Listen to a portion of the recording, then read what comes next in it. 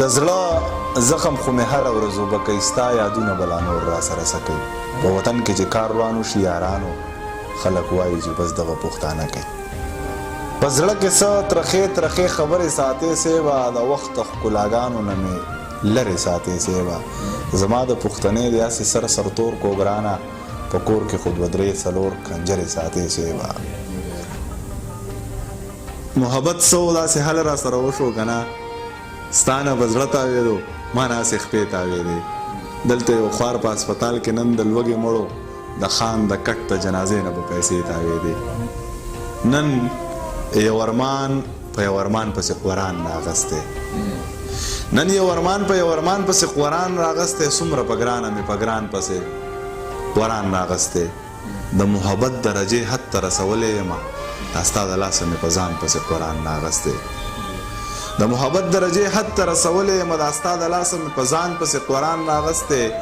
او زما نه یې زړه تور دی، رقیب سره یې زړه لګېږي.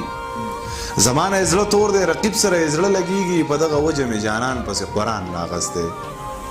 او د ده حجره کې بچې په ټوک ډوډۍ وجلې، د ده حجره کې په ټوک ډوډۍ بچې وجلې. نن هغې خوار په هغه خان پسې قرآن راغستی. په محبت مې غرق کو ځان د اندازې مطابق، خو مې نه مونتو جانان د اندازې مطابق. په محبت مې غرق کو ځان د اندازې مطابق، خو مې نه مونتو جانان د اندازې مطابق. او پرون چې دغلته کې یو ماشوم د لوږې مړ دی، په دغه چم کې دي خانان د اندازې مطابق. پرون چې دغلته دا یو ماشوم د لوږې مړ دی، په دغه چم کې دي خانان د اندازې مطابق. دلته تنکي تنکي ګلونه پکې، دلته تنکي تنکي ګلونه په غوټو کې مات شول، دلته کې نه کېږي باران د اندازې مطابق. بلها مخونه دې په ځان پسې راوګرځول، دا ټول قامونه دې په ځان پسې راوګرځول. د کافر لور چې واده وکړي بیا یې مه ماتوه، ټول قرآنونه دې په ځان پسې راوګرځول. د کافر لور چې واده وکړي بیا یې مه ماتوه، ټول قرآنونه دې په ځان پسې راوګرځول. ما خو په تا باندې لیکلي نه دي، هسې وایم زما شعرونه دې په ځان پسې راوګرځول. وتلي پسه نه دي هریان، په دار ختلي پسه نه دي هریان. د ژوند وتلي پسه نه دي هریان، په دار ختلي پسه نه دي هریان. هغه چې تلي وو هغه تلي دي، خو چې راغلي پسه نه دي هریان. سمې د ژوند نه زړه موړ شوی دی، سستانه جینۍ زمینه نه کوم ته څه غواړې زمانه جینۍ.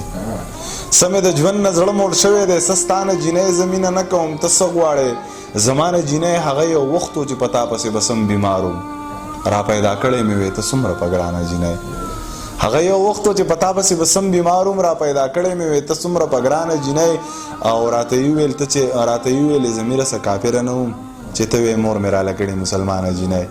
نور هېڅ شی دلته په خپله خوښه نشته، دا واده خو چې په خوښه باندې وې. نور هیڅ شی دلته په خپله خوښه نشته، دا واده خو چې په خوښه باندې وې. دا چې ما او تا یې د یو بل نه جدا کړو، دا سړی خو چې په نښه باندې